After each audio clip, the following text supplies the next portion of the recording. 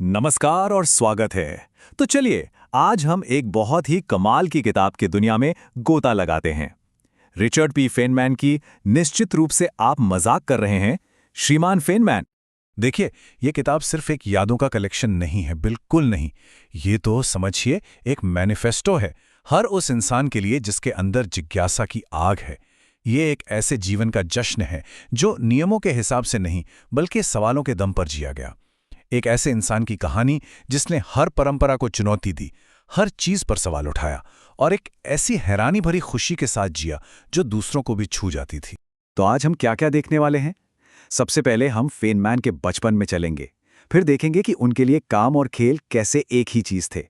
Lab के बाहर की उनकी जिंदगी कैसी थी, उनकी सोच, उनका फलसफा क्या था, और आखिर में हम इस पर बात करेंगे कि ये किताब आज भी इतनी जरूरी क्यों है। तो चलिए शुरू करते हैं। फेनमैन की कहानी शुरू होती है न्यूयॉर्क के फार रॉकवे से। यहीं पर उनके पिता ने उन्हें एक ऐसा सबक सिखाया जिसने सचमुच उनकी पूरी जिंदगी की नींव रख दी। हुआ यूं कि उनके पिता ने एक चिड़िया की तरफ इशारा करते हुए समझाया कि देखो, उस पक्षी को सिर्फ रॉबिन कह देने से उसके बारे में कुछ पता नहीं चलता। और बस ये एक छोटा सा सबक फेनमैन की पूरी सोच का आधार बन गया कि किसी चीज का नाम जानना एक बात है और उसे सच में समझना बिल्कुल दूसरी। असली समझ तो तब आती है जब कोई पूछता है क्यों। और इसी सोच के साथ उन्होंने घर पर ही एक लैब बना डाली। अपने इंट्यूशन से ही रेडियो ठीक करने लगे और देखते ही देखते अपने इलाके में प्रॉब्लम सॉल्विंग के लिए एक लेजेंड बन गए। मतलब वो सिर्फ एक शरारती या जिज्ञासु बच्चे नहीं थे, नहीं, वो एक ऐसे थिंकर थे जो ये समझ चुके थे कि दुनिया को समझने का सबसे अच्छा तरीका है उसके साथ खेलना। अब कहानी आगे बढ़ती है प्रिंसटन की तरफ। यहां पर फेनमैन का जो जीनियस था वो एक लेजेंड बन गया और एक बहुत ही आम सी चाय पार्टी में कुछ ऐसा हुआ जिसने इस किताब को इसका मशहूर नाम दिया। हुआ ये कि उनसे पूछा गया कि भाई चाय में नींबू लेंगे या क्रीम। उनका जवाब था दोनों। अब ये सुनकर जो होस्ट थीं वो तो चौंक गईं और उनके मुंह से निकला, निश्चित रूप से आप मजाक कर रहे हैं श्रीमान फेनमैन। देखिए, ये छोटा सा लम्हा ही उनकी पूरी शख्सियत को बयां कर देता है। एक ऐसा इंसान जो सिर्फ इसलिए नियम नहीं मानता था क्योंकि वो बने हुए थे, वो तो हमेशा हर संभावना को परखना चाहता था।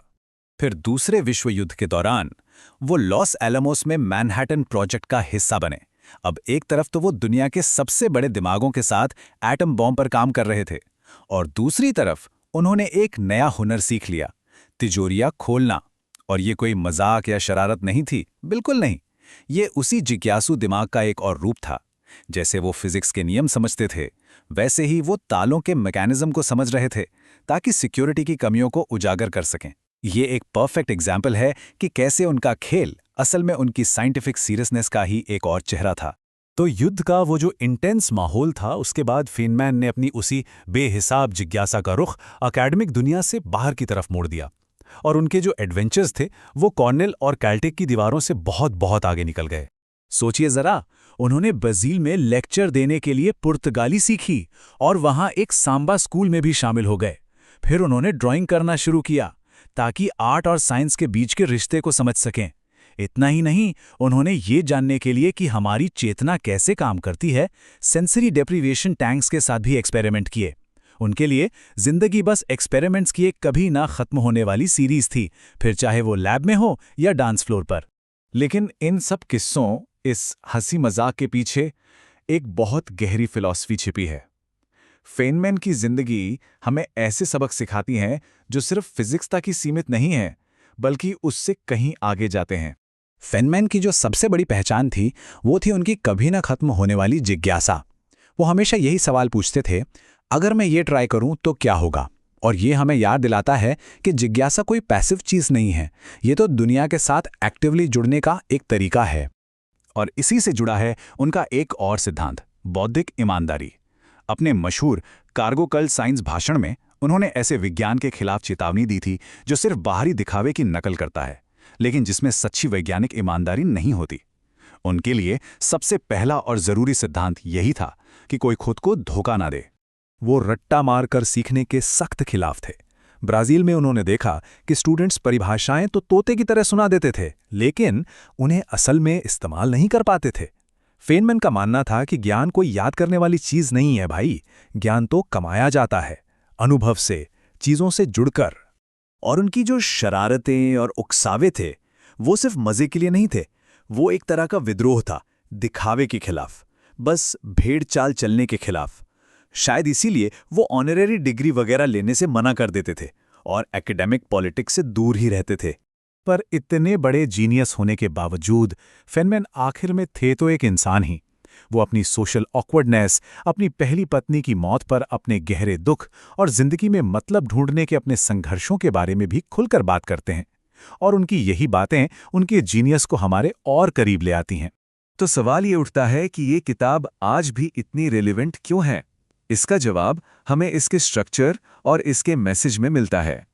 देखिए, आज की दुनिया में जहां हर कोई डिग्री और सर्टिफिकेट्स के पीछे भाग रहा है, फेनमैन हमें याद दिलाते हैं कि असली सीखना तो थोड़ा मेसी होता है, थोड़ा प्लेफुल होता है और बहुत ही पर्सनल होता है।